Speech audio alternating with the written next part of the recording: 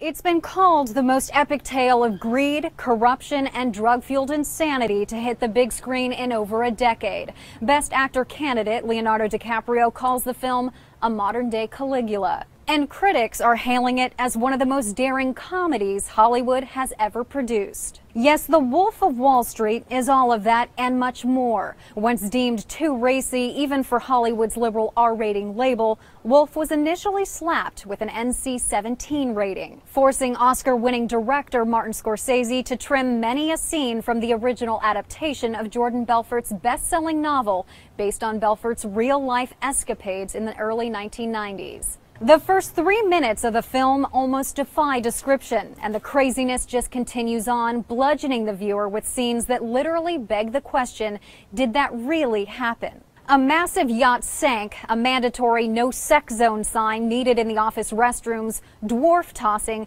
Surely some of this is simply Hollywood exaggerating for entertainment's sake. Yet the hottest buzz in the media today isn't about the drug-fueled deals, the categories of prostitutes the now defunct Stratton Oakmont employed for its young, mostly male staff, or even flying and crashing a helicopter while on a massive dose of Quaaludes. Rather, the real question everyone wants to know is if Belfort really did create a system of selling so persuasive and so teachable that he was able to take industry outsiders, high school dropouts, and people with below-average business skills and near overnight turn them into million-dollar sales machines. Is this so-called straight-line persuasion system myth, or did Belfort crack the code on persuasion? I sat down with Jordan Belfort in his Manhattan Beach home to get the inside scoop. So the real Wolf of Wall Street, I presume?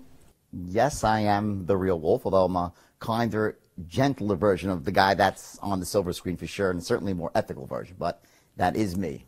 So Jordan, I know you've been asked this question 100 times since the debut of The Wolf of Wall Street, starring Leonardo DiCaprio as yourself, but I just have to ask it again. Was it Hollywood taking wild liberties with the truth? Let's start with this straight-line persuasion tactic that DiCaprio's character uses to turn these no-name, no-talent guys on Wall Street into the hottest brokers. Was that really how it went down?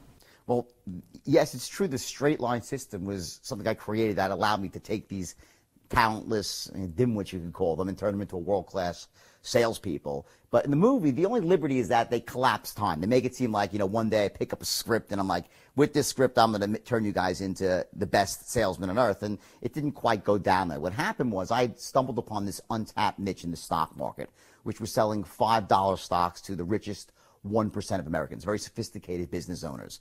And I had tried it myself and was doing it with with little ease. It was very easy for me to do.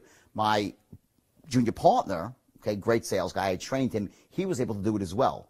But the 12 talentless, no-name guys, when I tried to teach them to do it, they just simply could not do it. They could not close rich people. And that created a dilemma for me because I knew I'd had this huge market niche, but if I couldn't get the guys to close the sale, what was it really worth? So for about a month or so, I tried every possible sales training tactic known to man. And I was about 25 years old at the time, and I was already considered to be one of the top sales trainers on Wall Street. I gave great meetings. I'd read every book. I was a student of the game, and I tried everything possible, from teaching them answers to all the objections to, how to raise your voice, lower your voice, all this different stuff, but they couldn't close rich people. And then one day, after about a month of failing at it, I stood in front of these guys and, you look at the blank faces and they're all frustrated and they're getting negative because they can't make any money with the system. And I had this thought in my mind, and it was these magic words, which were, every sale is the same. And I looked at these, I said, don't you guys get it? Every sale is the same. Watch, it's a straight line. And I drew the straight line on the board. And what it really was it was a visual representation of a sale from start to finish. See, what was happening is when most people who, aren't like born closers, right? When they think of selling something, it's almost like there's so many variables and it's sort of like they meander this way and that way, and there's no real sort of a start, a finish, and sort of a system to do it. And once I took it and applied almost a linear concept, and linear concepts are the easiest to digest and to learn and to master, right? Once I did that, it was just like, it was like magical. The doors blew off the company, and next thing I knew, the 12 talentless guys became world-class closers. They started telling their friends, and people started trickling in from the local neighborhoods, and they started pouring in from all over the country. And just like that, as the movie depicts, the firm went from 12 people to 1,000 stockbrokers, and they were all making millions of dollars. So it was just sort of a timing issue, and that it was not just the script, but it became this fully contained system where, it started, it was a book that kept growing and growing and growing, and ultimately became this sort of very, very detailed way that you could take basically any human being, regardless of their age, their race, their creed, their color, their socioeconomic background, their educational status. It didn't matter who they were. You could take any person, put them through the straight line system, they'd become a world-class closer in a matter of a couple of weeks. So that was a very powerful thing. Now, the mistake I made was I didn't combine that with ethics. I was very young at the time, and I lost my ethical way. And, it happens not all at once, but just a little bit at a time. And I took that one step over the ethical line. Then I was doing things right again. But then once you do that, your ethical line moves a bit. Next time you take that step, it's a bit further still. And before you know it, through these tiny, almost imperceptible steps, you're doing things you never thought you'd do. You're associating people you never thought you'd associate with, and it seems perfectly okay. So that's how this firm just spiraled wildly out of control. So you're saying there really is a straight line system? Oh, no, the system, I actually teach it all over the world now to some of the largest Fortune 100 corporations. I teach it to entrepreneurs, business owners, salespeople, even moms and pops who are just looking to live more empowered lives. Because at the heart of people say, what is success? And success is a different definition to everybody, right? But let's just talk about in terms of making money for a second. Because I always say, I give seminars around the world, and I say, listen, I've been married a few times. This is not relationship mastery, right? I'm teaching here. This is money mastery. It's how do you make money? How do you close deals? Because at the heart of successful business is really the ability to close the deal. Without that, it's very difficult to make money in this world. It just really is. You could have the best product, but if you can't sell it and market it, how do you really make money? So I teach this straight line system. It's actually a self-contained system that I teach people. And, whether it's, an online business or an offline business, it could be clothing, real estate, car sales, insurance, hotels. I've taught this to pretty much every possible business that you can imagine. And the effects are dramatic. And the irony is, originally when I first, I wrote the book many years ago, The Wolf of Wall Street, which was adapted by the most brilliant screenwriter, Terrence Winter, and he made this amazing script out of it. And then Leo and Marty came. It's an unbelievable situation, right? That was like, I'm humbled by that. But what happened was when I wrote that, I started getting requests from all over the world to teach the straight line system. Because in the book, if you read it, you see what you say, wait a second, how did he do that? He has these 12 people, their IQs, I would say, Forrest Gump on 3 hits of acid, right? So it's not the high end of the intellectual gene pool, yet somehow, in a matter of weeks, I mold these guys from being, basically, people on the lower end of the socioeconomic ladder to the top rung. So it's almost like magical. So I started getting calls from all over the world to come teach the system from some of the largest companies. And at first, I wouldn't do it.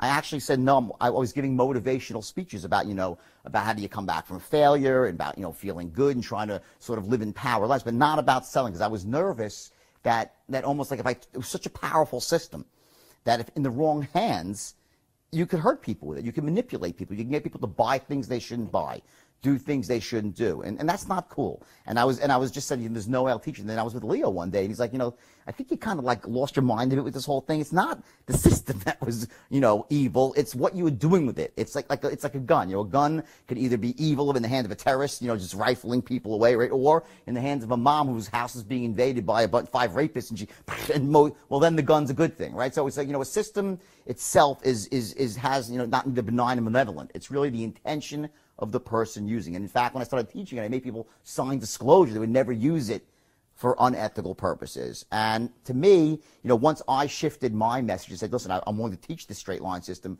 of course, my own business exploded because people love to learn how to close deals because, that's really a very monetizable thing. You go through the system and your sales go up and it pays for itself. So you learned that not all selling is evil. Well, certainly selling itself is not evil. Selling itself is really what, is what makes the world go around. Nothing happens until something gets sold, right? But the real question is what's the ethics behind this sale? And I always say it's very, very simple in my mind. If at any point in time a salesman is putting their own selfish interests before the interest of the person they're trying to influence or persuade, that's when you cross over the ethical line. See, in my mind, applying a little bit of pressure, healthy pressure to someone who could really benefit from what you're trying to sell them, there's nothing wrong with that. Because, see, many people go through life and they're almost blocked from making decisions.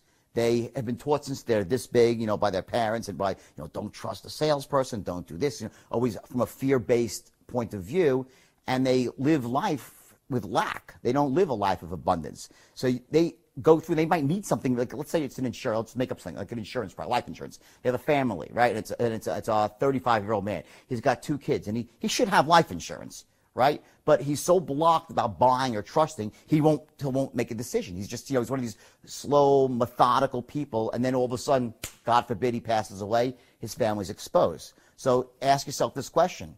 If an insurance salesperson who has an unbelievable product that fits all this person's needs, that can protect his family, make sure they're going to be taken care of no matter what, have built equity in the program, get interest, tax, all this stuff, is it ethical for this person to make a very strong case and to persuade this man, say, listen, buddy, I think you're in a bit of denial here? That, to me, is ethical persuasion. The other side of that is when I went off the rails back in 1989, and I'd say, I'm going to sell anybody a $5 stock, whether they need it or not, whether it's good or... That's the other side of that coin. So, again, I think selling is a beautiful, wonderful thing. I think everyone should become a master. And when I say a master closer, I don't talk about a hard-charging, that's not what it's about, pressure sales. It's about learning how to make your ideas, your concepts, your dreams known to other people in a way that empowers them and wants them to take action and get you what you want to. It's a cooperative thing.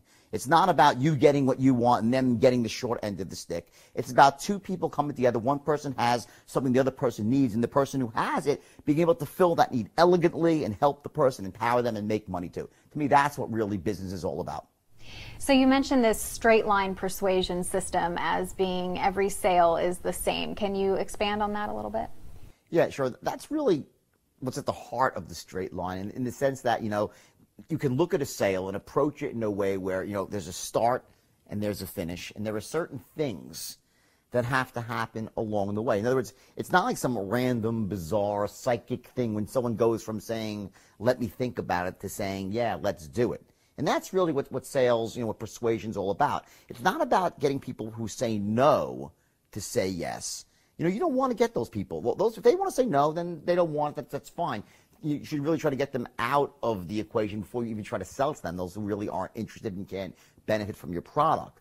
But it's the ones who are on the fence, the ones who would say, let me think about it, let me call you back, let me speak to my lawyer, my accountant, the tooth fairy, whatever it might be, right? So in the sense of there's that group of people. And the reason why they come up with these, they really stalls versus objections is because there are certain key elements that they're really not convinced on.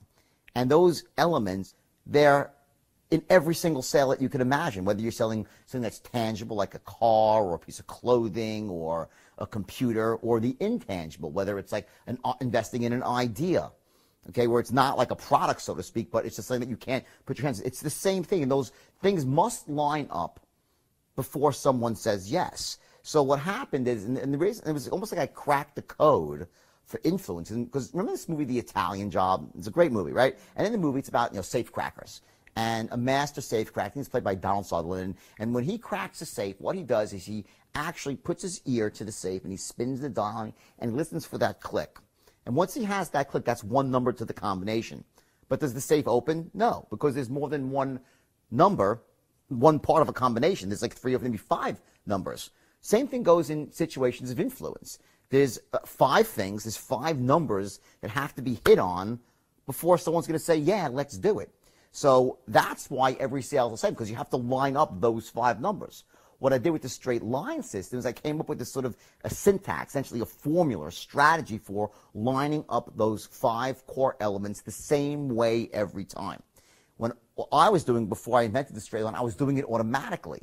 When you find a great salesperson, which is a natural born closer, like that 1.1% of people. Most people just aren't like that, right? They struggle to sell. They're not comfortable selling. Well, they can sell okay, but they're not at the top of the heap, right? Well, if you go to any great closer, they're running a straight line pattern. They're doing that. They're taking those 5 elements and they're sort of cracking that code. So what I did is by taking that, slowing it down, and turning it into a system, I was able to essentially to almost implant that into any other person, whether they had natural sales ability or not. And for like an entrepreneur, forget a salesperson, how about just an entrepreneur who's looking to start a business? Well, if you can't sell, if you can't influence, if you can't persuade, good luck trying to get your business off the ground. I'm not talking about just your customers. I'm talking about the bankers, the people with venture capitalists, your vendors, your credit card processor, the people who work for you. How do you get people to work for you excited? How do you get them excited? How do you get them to want to buy into your vision? At the highest level, what sales really is, it's the transference of emotion. And the emotion you're transferring is this emotion of certainty. That someone feels certain, yeah, it's a good thing, it's going to help me, it's going to fill my need. When you're an entrepreneur and you're trying to start a business and you're recruiting people, well, you're selling people on your vision for the future, your vision for this company. And if you can't do that, good luck trying to get great people to work for you. It's nearly impossible, which is why you always see, the people, if they say, oh, he's a visionary. Well, that's true, but typically not only are they visionaries, they also possess the ability to sell the vision to other people, to inspire them, to motivate them. So selling is not just like, people think of selling, oh, well, I'm not a salesman, I don't need to. Well, yes, you do. You need to learn how to influence. How about trying to get your kids to make their bed or do their homework or believe in the value of education? How about trying to get a landlord to give you a reduction on your rent or to extend the lease the way you want? How about trying to negotiate terms? You understand, it cuts to everything.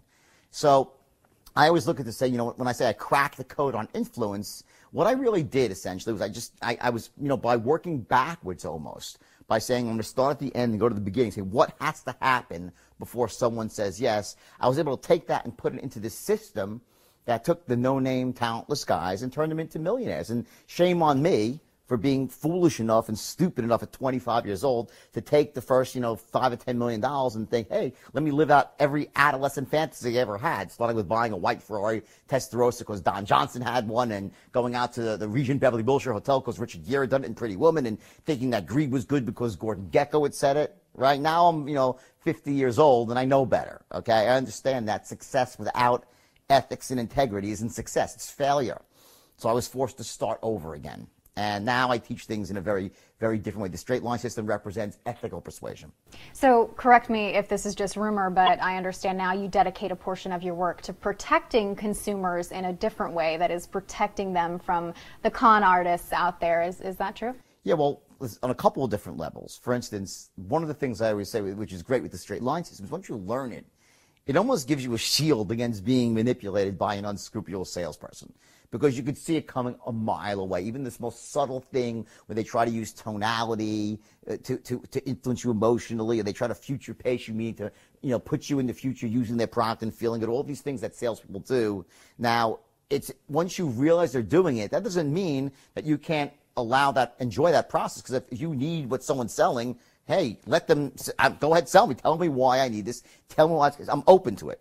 But I also know when they're full of shit, okay, and they're trying to just pull the wool over my eyes, and it sort of insulates you. So for me, I look at the straight line system as both. It's a sword and a shield, okay, but it's a sword only to be used for goodness, not to hurt people. So when you say persuasion, what exactly do you mean? Well, when I talk about persuasion, that's like, it's sort of when I say that it's not just for salespeople. Persuasion is really about, making your ideas, your concepts, your thoughts, your hopes, your dreams known to other people in a way that wants them to be a part of it, that moves them to take action. There's this idea of what is success, how does someone become successful? Well, it always starts with them having a vision for the future. They have this vision of the way they want the world to be. That's not how it is now. Whether it's starts with having a business or a raise or something about a job in their job, then about having a nicer home, more money to spend. And money just meaning to have freedom to do the things they really want to do, to protect their family, to give to a church, a temple, to be generous, whatever it might be, right? But it always starts with you're here, you're somewhere, right, at the present, and then you have this idea of like I see the world better for myself and the people around me. That's my vision for the future. And the question really is how do you connect the dots? How do you go from this place to that place, right? Well, I will tell you this. If you do not know how to persuade people, it is virtually impossible unless you want to hit lotto. You get lucky, you can hit lotto. Or if you remember the Lucky Sperm Club and you inherit it from your parents, right? Well, maybe, yeah, you can circumvent that process. But it's really about seeing the world as it is right now accurately, not worse than it is, but seeing the world accurately, then seeing the world better than it is, and then developing a strategy to get there. And one of the cornerstone strategies for that is being able to persuade, to influence, to make your thoughts known in a way that empowers people and gets you what you want to. You know, most people, and here's the irony, is that most people don't have a compelling vision for their own future. They don't. They move through life setting goals. And goals have no power. We're at this point, you know, goals had power in 1959 when Earl Nightingale came with this idea of goal setting, and everyone's like, wow, I'm a goal-oriented person. And that was great. And it worked for like 20 years. Everyone set goals and they got results. But then all of a sudden, you know, you set goals and sometimes you hit them, sometimes you don't. Most times you don't. Okay, and that's okay. But goals almost became like a synonym for like, oh, I'm going to set a goal and who gives a shit what really happens afterwards. And it almost is synonymous with failure now, goal setting. There's something above, and I believe in setting goals, but there's got to be something above your goals. And that's your vision for the future. And it's not just about, it doesn't have like an ending point. It's about the world being a certain way. And that's inspiring to you. When you truly have a vision for your future that inspires you, you're going to jump up out of bed in the morning and feel great about going at life versus being miserable and going to a job you hate or living a life that doesn't empower you and just, you know, every day moving through just almost like an automaton, not really, you know, having the zest and the greatness of life. And I'm guilty. I've been there myself when I felt like I didn't really have a compelling vision for my own future and I felt like I was wallowing. But at least I'm conscious of that. Once you become conscious of that, you can consciously create a vision for your future. It doesn't happen in 1 minute or an hour. You write it down, you work on it until when you finally hit on it, you know how you know you got it? When you read it back to yourself, your vision statement, and it moves you and you feel inspired. Okay? And you know, so few people have that, and what happens is every human being is thirsty for a vision. Everyone is. And so few people have one. So what do? They gravitate towards someone who has a vision for the future because they want to be a part of a vision. Part of being a great entrepreneur is having that vision, being able to create the vision, and then sell that vision to other people, to get them to want to be inspired, to buy into it, to put in their time, their hard work, their elbow grease, to help you achieve your vision. If you're a smart one, then you spread the wealth around, and it's a win-win for everybody. But it always comes back to persuasion, because if you have the vision, but you know you can't sell it, what happens? You know, you so-called you die with your music still on your lips. So Jordan, let's go back and talk about the other side of the movie, the drugs, the yacht, the prostitutes.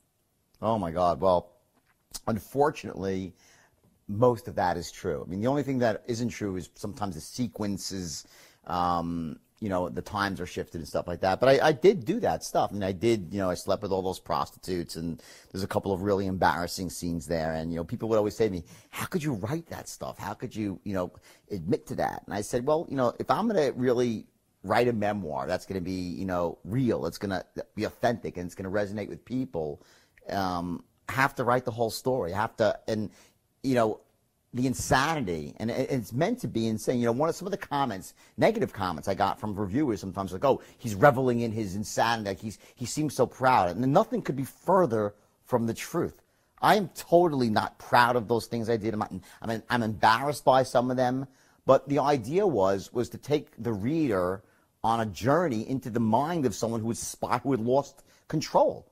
I come from an amazingly great family. My mom is, you know, the oldest woman in New York State to pass the bar. She went back to law school at 64. She became a lawyer at 69. She was voted pro bono lawyer of the year at 76 for doing charity work for people that were homeless. So, you know, that's my mom. My dad, same way, totally ethical guy. You know, my brother, top lawyer in the country. I was not sent out into the world like, okay, you're come from some mob family, or you're supposed to be a grifter. I was sent out in the world to do great things. And I went down to Wall Street, and I really had the best of intentions. And, you know, and I'm not going to blame Wall Street for what happened to me, because there's a lot of people who go to Wall Street and don't get corrupted. But I did. I allowed myself to get sucked into that sort of Gordon Gekko-esque greed is good philosophy. And what happened was, and there was some, you know, some things with timing where the market crashed, when I first became a stockbroker, and then there was a shakeup in the market. And then I had that ability to sell. And that was really what set me apart from pretty much all other brokers. I could just outsell them all. And then when I hit on the ability to actually train others to do the same, and there's a big difference there. Like I always say, you know, sometimes the best athletes aren't the best coaches. They suck at coaching, right? Well, for me, you know, I would say, you know, I'm a really good salesman. I won't deny that I am. Okay, so I could say that not to be conceited because people know that about me. But I will tell you this: I'm a 10 times better sales trainer than I am at even selling myself, and I enjoy training salesmen. I love taking someone. It turns me on. I am empowered by it, by taking people who are having trouble in their own lives. They're not successful, and showing them how to become successful by essentially giving them this gift of persuasion. It's a gift that you give to yourself, and it's the gift that keeps on giving. And once you have it, it never goes away. The kids that I trained, all these no-name, talentless kids, you know what? They all became, not all is a tough word, but, you know, 95+% of them went on to become very, very successful in all sorts of business. Some of them, one owns an airline, one of them is a medical. They're all, you know, they're very successful. So once you learn the sort of the art, the power of persuasion, it stays with you forever. And then it's up to you to make sure that you don't lose your morality, because it's a powerful thing to have. Once you master the straight, let me go back, forget master. Once you become even reasonably proficient, you don't even have to be a master. Once you even become good at it, you can actually manipulate people. You can get people to do things they shouldn't do. And shame on you if you do that, because it won't last. It's not sustainable. In other words, you can do it, but any success you have will be short-lived. The idea is to be giving massive value to people. This is this equation that I just completely missed out on when I was 26 years old. I thought business was about making money, and it's not. Business is about giving value and monetizing that value. That's what business is about. You start a business because you have something that's great, that's worth something. The business is how you monetize that. You get to spread that out and then get dollars in exchange for your value. If there's no value underneath the business, it's built on sand. It's not a foundation, won't last. So that was, and I had to learn the hard way, and I lost everything. And when I went to jail and I wrote these books, I never thought that, you know, this would happen, you know, and I gave away all the money from this, probably going to make, God knows, $20, $30, $40 million on ththese books in the next couple of years. That money's, I'm not making a penny of that. All that money's going back to investors. I don't know if there's anyone left. I mean, most people got paid back. Because it's kind of weird. No one knows if there's anyone left. It's this bizarre thing, you know, U.S. government, right? So no one can really tell me how many people really are left that haven't been paid. But whatever it is, I'm not making any money on this because I didn't want to make money on my past life. But what I do say is this, that when you look at anyone's life and you want to model someone, you want to learn from them, don't model every aspect of them. I get probably 50 emails a day on the low side. 48 of them are amazingly great. I went through your course, or I bought the straight line system online from you, and it's changed my life. I've done this. Then I get this one idiotic moron. Oh, Wolf, let's just do some lewds together, or let's go bang hookers, or let's go rip you. You know, I mean, you know, that's idiotic, okay? You know, if you go to the movie and watch this movie, you need to understand that, you know, there's some of the stuff in there that's amazing. As you watch a guy who had no money, you know, hit on an idea of trading people and build this amazing thing.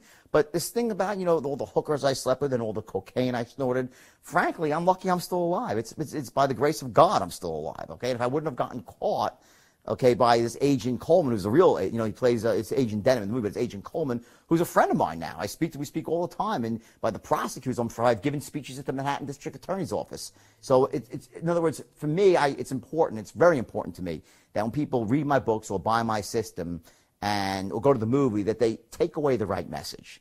That there are certain things that I did in my life that represent almost like the best of humanity. Building yourself up from nothing, coming back from failure, right? And going for your dreams and not selling for less. And this is something that the worst of all is not looking to give value, letting other people get hurt along the way, becoming greedy, giving into your carnal.